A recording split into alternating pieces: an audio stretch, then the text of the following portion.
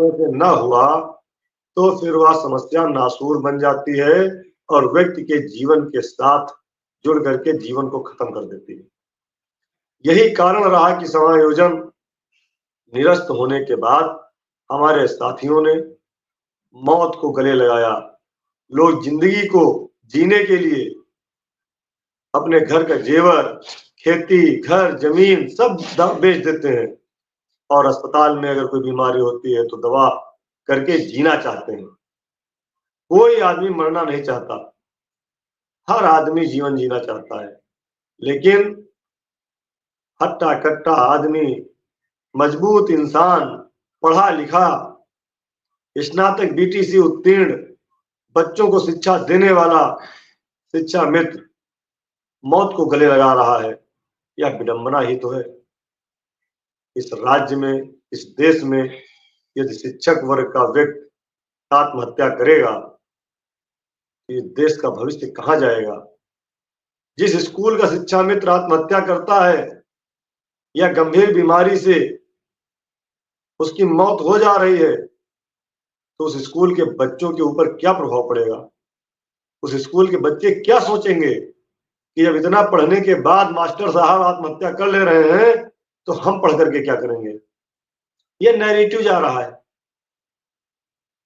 इन सब चीजों से बहुत शिक्षा में समाज परेशान है, दुखी है और अब वह अपनी समस्याओं का समाधान चाहता है।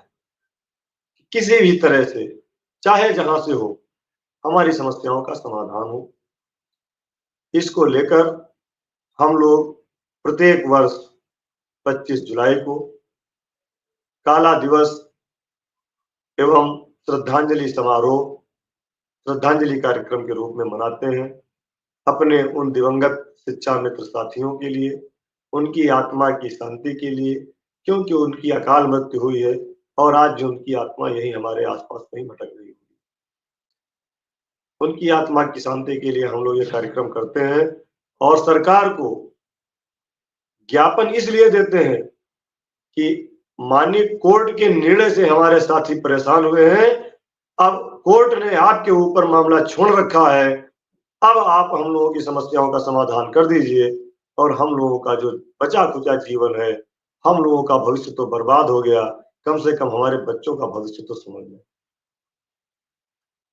इसलिए आज पूरे प्रदेश में बड़े जोरदार तरीके से प्रत्येक जिले में हजारों शिक्षा मित्रों ने एकत्रित होकर अपने उन साथियों को श्रद्धांजलि दी और माननीय जिलाधिकारी महोदय के माध्यम से माननीय मुख्यमंत्री जी को अपनी मांगों का पत्र भेजा है।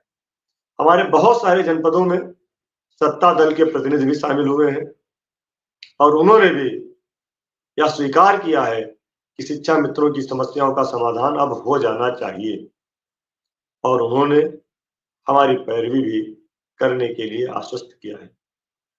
आज सुबह, क्योंकि कल सुबह से ही मैं दिल्ली में बहुत सारे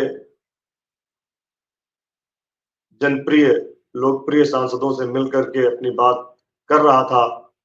आज सुबह माननीय केंद्रीय वित्त राज्य मंत्री भारत सरकार श्री पंकज चौधरी जी से मुलाकात हुई और उनसे भी इस संबंध में बात हुई है।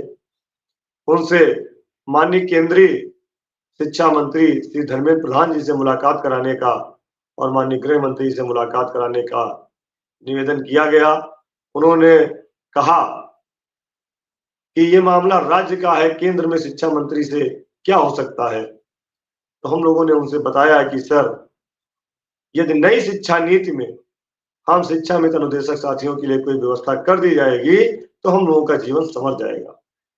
नई जो शिक्षा नीति केंद्र ने बनाई है उसमें कोई भी अमेंडमेंट कर देंगे, एक पॉइंट अगर बढ़ा देंगे, हम लोगों का 24 साल का योगदान दे। नमस्कार, आप सभी जितने भी शिक्षा मित्र साथी हैं, आप सभी के मानदेय वृद्धि को लेकर, नियमितीकरण को लेकर, आप सभी की जो बैठक हुई थी उसको लेकर आप सभी के प्रदेश अध्यक्ष शिव कुमार शुक्ला जी का एक बड़ा बयान आप सभी के लिए आ रहा है जो काफी ज्यादा महत्वपूर्ण है। इसलिए वीडियो को पूरा जरूर देखें और अगर वीडियो अच्छी लगे तो वीडियो को लाइक कर चैनल को सब्सक्राइब कर लें। हुए तो हम लोगों का भविष्य संवर जाएगा और राज्य सरकार के ऊपर भार भी नहीं पड़ा। पड़ेगा। उनको हमने अन्य राज्यों के शासनादेश दिखाए, अन्य राज्यों की स्थिति से अवगत कराया, तब उन्होंने समझ कर कहा ही कि नहीं, बात तो सही कह रहे हो, यदि हो सकता है तो इसके हम प्रयास करेंगे। और उन्होंने माननीय शिक्षा मंत्री से मुलाकात कराने के लिए आश्वस्त भी किया है। लगातार प्रयास चल रहा है और विडंबना देखिए कि जनपद महाराजगंज के जिला अध्यक्ष हमारे साथी राधे श्याम गुप्ता जी पिछले 3 दिनों से हमारे साथ दिल्ली में रह करके शिक्षा मित्र साथियों के भविष्य के लिए हमारे साथ पैरवी कर रहे थे। पूरा पूरा दिन, कल लगभग 4 से 5 किलोमीटर हम लोग पैदल चले हैं दिल्ली में। आज सुबह से ही बारिश हो रही, भीगते हुए माननीय मंत्री जी के यहाँ गए। और आपको बता दें, लोग कहते हैं कि क्या क्या कहते हैं आप जानते हैं। कल पूरा दिन भोजन नहीं हुआ था, शाम को 4 बजे थोड़ा सा खाना खाया था और कल शाम से आज तक अभी तक हमारे टीम के किसी भी व्यक्ति ने भोजन नहीं किया। 11 बजे के बाद माननीय शिक्षा मंत्री जी से मिलवाने के लिए माननीय मंत्री पंकज चौधरी जी ने पास बनवा दिया था हम लोगों का लोकसभा में कि अंदर मुलाकात करा देंगे। जैसे ही हम लोग लोकसभा के गेट पर पहुंचे, हमारे जिला अध्यक्ष महाराजगंज राधे श्याम गुप्ता जी के घर से फोन आया और सूचना मिली कि उनके पिताजी स्वर्गवासी हो गए। कितनी विडंबना है, कितना कष्ट है, कितना दुख है। कब हमारे साथी समझेंगे, कब हमारी सरकार समझेगी। 1.5 लाख परिवार के लिए हम लोग दौड़ रहे हैं घर छोड़ करके, और घर में इस तरह का हादसा हो जाए तो क्या गुजरेगी दिल पे। मेरे साथ जो हुआ, मैं आज तक न उबर पाया और शायद जीवन में भी नहीं उबरूंगा जब तक जिंदा रहूंगा। पिता का जाना और अंतिम समय में उनके पास न होना जीवन का सबसे बड़ा दुख मेरी नजरों में है। इससे बड़ा दुख कोई मिश्रा जी नहीं हो सकता। बड़ी बात है, बड़ी बात है। आपने भी अपने पिताजी के साथ अंतिम वक्त नहीं बिता पाया, इसका आपको गम है और इसको लेकर आप दुखी रहते हैं, परेशान रहते हैं। भगवान ना करे ऐसा किसी को वक्त आए। सुशील जी, थोड़ी हिम्मत और हौसला रखिए।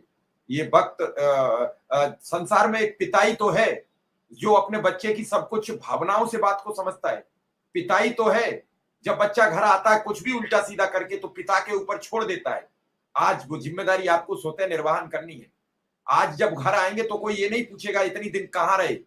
भले ही आपकी पत्नी हो, सब कुछ हो, लेकिन बाप को चिंता होती है, खाना खा लिया है, कहाँ हो, कितनी देर में आओगे, ये सब पूछने वाला चला जाता है। ये सब कोई नहीं पूछ पाता है। डांट में भी प्यार छुपा होता है, वो पिता होता है। पिता का स्थान आकाश से ऊंचा ऐसे ही नहीं बता दिया गया। पिता सब कुछ है। पिता सूरज है। पिता वो शरद ऋतु है, जब गर्मी में भी आप परेशान होते हैं तो पिता का आहट पाकर आपका मन शांत हो जाता। शीतल है पिता। तो पिता का कोई जाना एक रिक्तता आज तक न कोई भर पाया किसी के लिए, न कोई भर पाएगा। मैं आपके परेशानी को समझता हूं। और ऐसे दौर में भी आप प्रतिदिन, मुझे लगता है वो 13 दिन अगर छोड़ दिए जाएं जो बीच के होते हैं, उसके बाद लगातार एक एक पल शिक्षा मित्रों के लिए भाग दौड़। देखो, ये कोई कहे कि मैं करा देता तो फिर वो बैठा क्यों है, वो आए मैदान में, वो करा ले। आरोप तो मैं बहुत लगा सकता हूं कि सुशील जी क्यों ऐसा करते हैं, वो क्यों उससे मिलने चले गए, वो वहां खराब कर आए। लेकिन जब आप रोज टाइम निकालते हो, मैं 8 बजे शिक्षा मित्र निर्देशक के लिए टाइम निकालता हूं, तो मुझे आपसे भी बात करनी होती है, विक्रम जी से करनी होती है, साई जी से, मुझे 4 लोगों से बात करके प्रोग्राम के लिए गेस्ट बुलाने होते हैं रोज करके। तो देखो, जब आप किसी चीज की जिम्मेदारी, आपने वो जिम्मेदारी निभाने के लिए आज पंकज जी से मिलकर शिक्षा मंत्री से मिलने का प्रोग्राम तो यही था कि शिक्षा मित्रों को लेकर कुछ हो सके। लेकिन वक्त, आज ही उनके पिताजी का निधन होना था। आप भावुक हुए, इसलिए मैंने बीच में आपको रोका कि भावुक व्यक्ति को थोड़ा हौसला और हिम्मत चाहिए। वक्त तो सबका गुजर जाएगा कुछ दिन बाद, लेकिन माँ बाप को कभी नहीं भूल सकता कोई। ये कह देने की बात है, एक पुत्र के निधन पर मां कभी नहीं भूल सकती है। वो जब तक जिएगी वो उसे याद करेगी। सुशील जी, बात पूरी करिए, फिर मनोज राय जी हमारे साथ जुड़े हुए हैं। और मनोज राय जी ने भी आज आजमगढ़ में धरना में सम्मिलित हुए? मैं पूछूंगा हमसे। सुशील जी।